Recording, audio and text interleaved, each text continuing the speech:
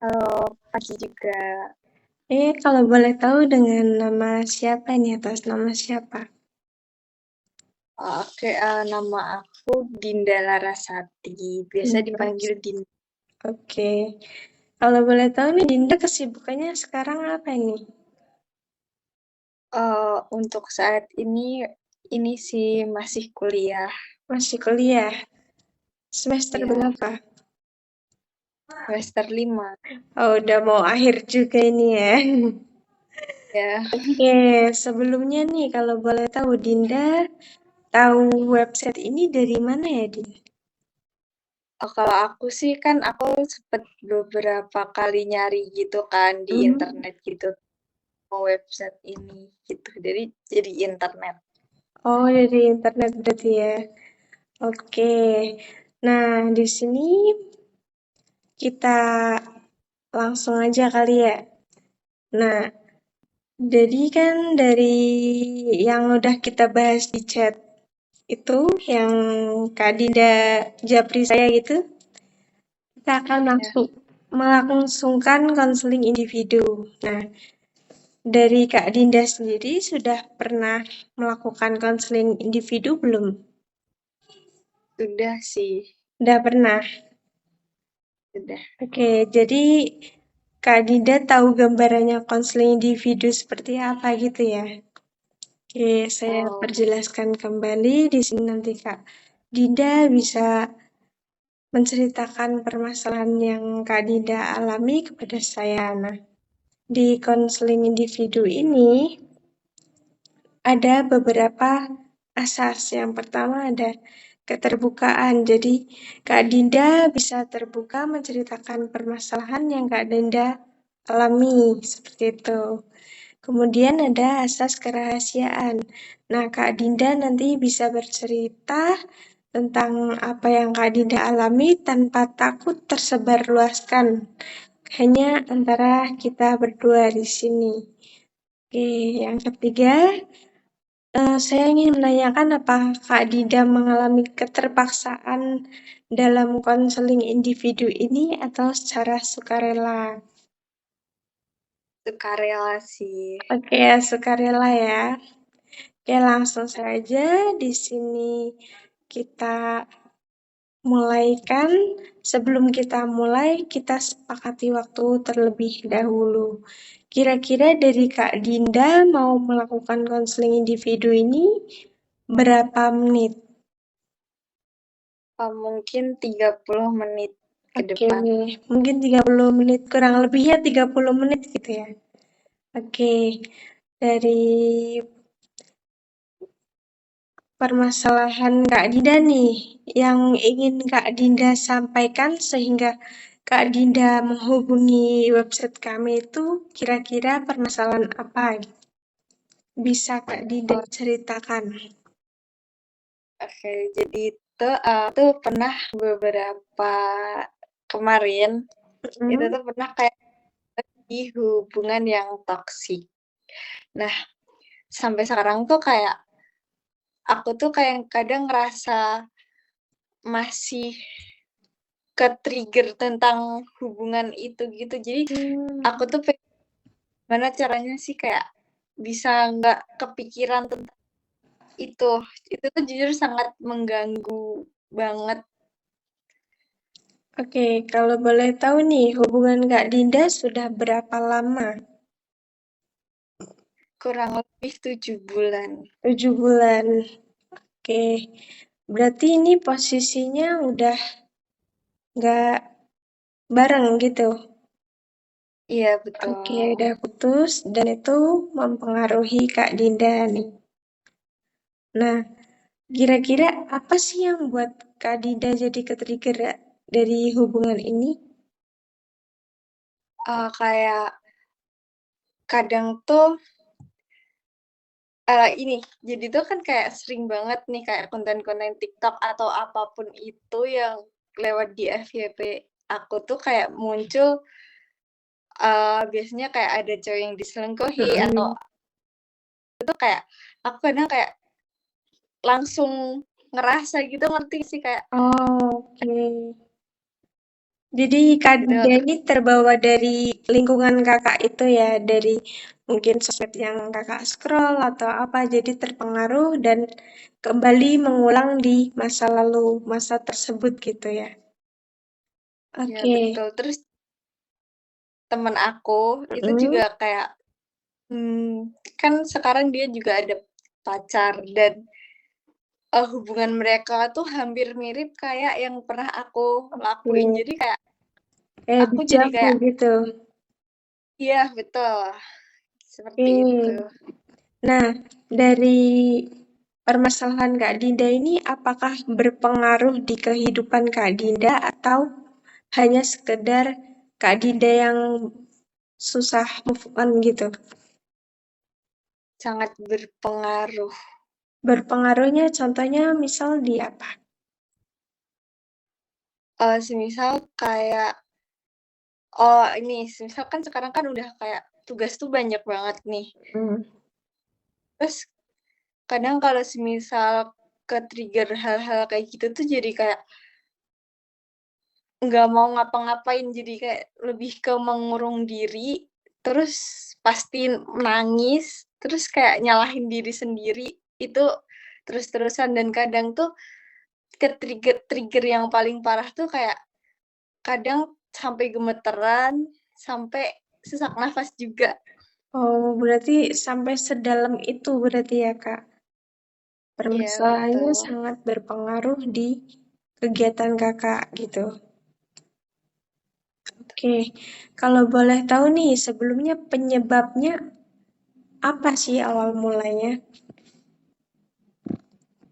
Mmm, yang paling ini sih kayak diselingkuhi terus-terusan sih, Kak. Oh, berarti Kak Dinda ini diselingkuhin oleh mantan pacar kakak gitu ya? Dan itu Iya, berlaku nggak hanya satu kali? iya, Oke, berarti dari permasalahan kakak ini kakak mungkin mengalami sedikit trauma begitu ya? betul. Nah, dari permasalahan kakak ini apakah kakak udah ada usaha buat keluar dari permasalahan ini? Udah seperti kayak aku tuh kadang kayak nyibukin diri, terus, Mhm. mencoba untuk bener-bener udah nggak ngelupain apapun itu dan menganggap kayak, ya udah semua itu tuh kayak nggak terjadi di hidupku gitu loh, tapi kadang kayak Hmm, sesuatu ini tuh kayak kepikiran, mhm.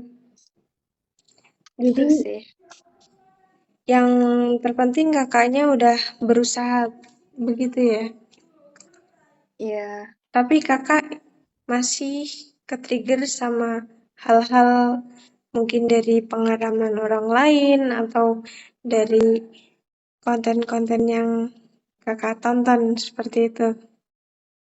betul. Nah, kalau kakak misalnya lagi ke-trigger kayak gitu, yang kakak rasain itu bagaimana? Biasanya sih sesak, itu pasti, terus Hmm. kayak gemeteran, udah sih gitu-gitu. Sedih banget, Nah, kira-kira nih, kakak pengen nggak keluar dari zona seperti itu? pengen banget. Apakah kakak sudah menemukan cara buat keluar dari zona tersebut? Mungkin mencoba Sepertinya mencoba beberapa cara gitu.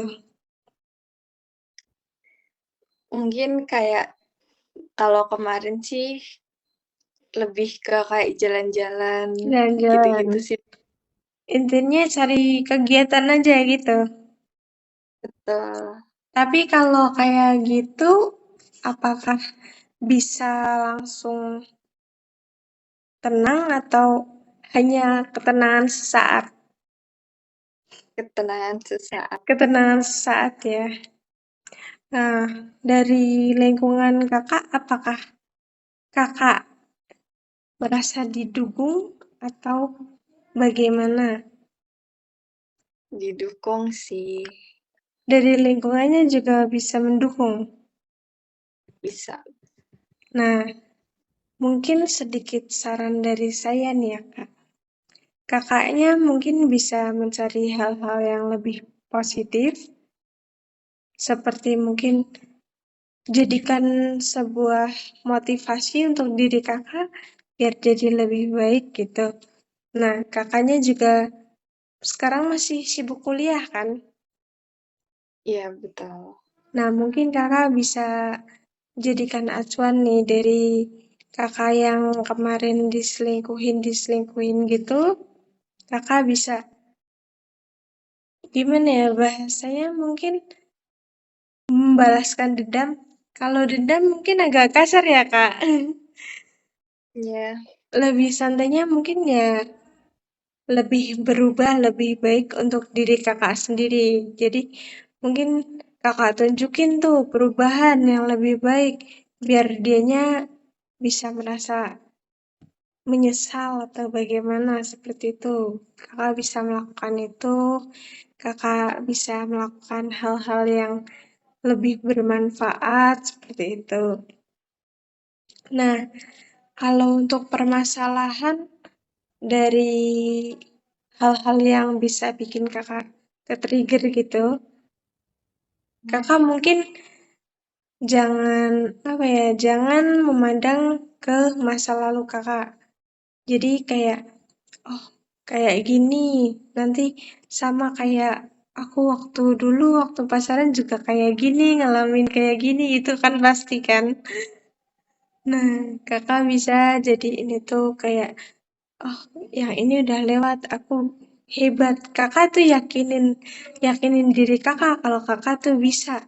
Kakak hebat, kakak bisa bertahan sampai sekarang, kakak mau berusaha, gitu.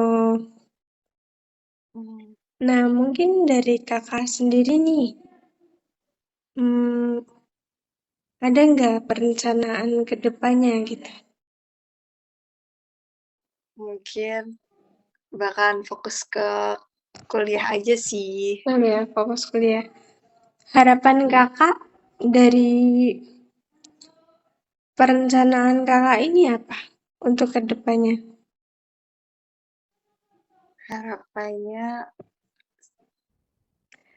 semoga apa ya? Aku belum kepikiran lagi kayak aku tuh kayak sekarang tuh kayak udah di fase yang ya udah jalanin aja, ngerti gak sih Kak? Kayak Oke, paham, paham. ikut alurnya aja gitu. Jadi Bener-bener sama.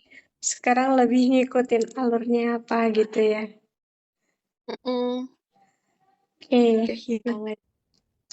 saya pengen tanya nih, kalau suatu saat, andaikan kakak udah bisa berhasil keluar dari zona ini, kakak udah bisa merasa lebih baik, apa yang kakak rasain dan apa penyesalan kakak karena udah apa ya, ibaratnya kayak ngebuang-buang waktu kakak selama menggalaukan si dia gitu. Yang aku rasain sih pastinya seneng banget karena kayak udah terbebas dari hal-hal yang Mhm. tuh. Terus em, nyesel iya kayak bener-bener ngerasa ngebuang waktu selama itu dan bener-bener itu tuh kayak ngerugiin diri aku sendiri gitu karena selama dekat pacaran itu tuh kayak apa ya tugas-tugas kuliah gitu-gitu tuh jadi kayak turun banget semua nilainya Hmm. gitu. Jadi terbengkalai gitu tugasnya. Nah, dari kakak ini kan juga tadi udah tahu kan apabila semisal nih berandai-andai bila kakak udah bisa berhasil keluar dari zona tersebut, kakak akan mengalami kebahagiaan, kakak juga bisa belajar dari kesalahan-kesalahan. Nah, di sini kakak sebenarnya udah menyadari nih kalau kakak ini bisa gitu. Iya. Nah, mungkin kakak bisa berusaha, bisa memotivasi diri kakak sendiri. Kayak, oh iya selama ini berarti aku buang-buang waktu. Harusnya dia itu emang kurang baik buat aku gitu. Kakak bisa berdiri sendiri, kakak bisa bangkitin tuh motivasi kakak sendiri biar bisa lepas dari dia. Mungkin emang gak mudah sih ya kak. Cuma kalau kakak mau berusaha, kakak bisa jauh lebih baik dari sebelumnya. Iya. Nah, kalau jadi apa? Kalau dari tadi kan kakak juga bilang dari sosial media gitu, postingan sosial Mm-mm. media. Nah, kakak kalau misalnya lihat seperti itu, kakak bisa langsung scroll aja, jangan langsung diterusin nonton gitu. Nanti jadinya kan kayak, oh jadi ngebuka luka lama lagi gitu kan. Nah, Iya kakak benar. bisa langsung scroll aja, cari mungkin kayak konten-konten yang lebih bermanfaat. Nah, nanti kan kalau misalnya udah, apa ya, udah sering lihat konten-konten yang bermanfaat, mungkin FYP kakak juga bisa berubah jadi konten-konten yang lain daripada konten-konten yang menggalau terus nanti ujung-ujungnya bisa ngebuka luka lama kakak gitu. Benar. Mungkin saran dari saya itu. Nah, dari kakak sendiri nih, ada nggak kira-kira dari hati kakak itu kayak pengen apa, pengen kemana, pengen gimana gitu? Apa ya, aku sih kayaknya kayak ya itu tadi sih kayak udahan untuk tidak memikirkan hal-hal yang gak penting itu. Nah, gini, mungkin kakak bisa bikin kontrak perilaku untuk diri kakak sendiri ya. Kayak misal kondisi kakak sekarang kan masih terbayang-bayangi permasalahan kakak sendiri gitu. Nah, kakak mungkin bisa menuliskan atau merancang sebuah perencanaan buat kedepannya kalau kakak itu punya target. Jadi kakak targetnya apa, kakak bisa mempersiapkan target tersebut. Nah, nanti itu bisa jadi perbandingan buat diri kakak sendiri nih ke depannya. Mungkin nggak perlu setiap hari ya, itu bisa bertahap ya setiap minggu atau setiap bulan pasti perlahan-lahan kan akan bertahap. Nah, nanti kakak juga bisa mengukur diri kakak sendiri sampai mana sih aku udah bisa berkembang, sampai mana aku udah bisa merasa lebih better gitu. Nah, nanti kakak bisa buat kontrak perilaku tersebut. Nah, Oke. kontrak perilaku tersebut juga bisa buat perbandingan. Wah, ternyata aku hebat, aku udah sampai sini dari yang sebelumnya seperti ini, aku sekarang udah sampai di titik yang seperti ini, seperti itu, Kak. Nah, dari Iya. sini nih, mungkin ada yang bisa Kakak ambil atau Kakak petik dari sesi konseling ini. Eh, aku jadi lebih ngerasa oh emang kayaknya tuh aku harus kayak gini gitu Mm-mm. loh kayak emang gak seharusnya aku tuh kayak selalu ngestak di situ-situ aja gitu jadi aku emang harus benar-benar ngerubah semuanya. Nah, apakah Kakak udah lebih sedikit termotivasi atau masih mau stuck di sini aja nih? Udah termotivasi sih. Oke, udah ada pandangan ke depannya.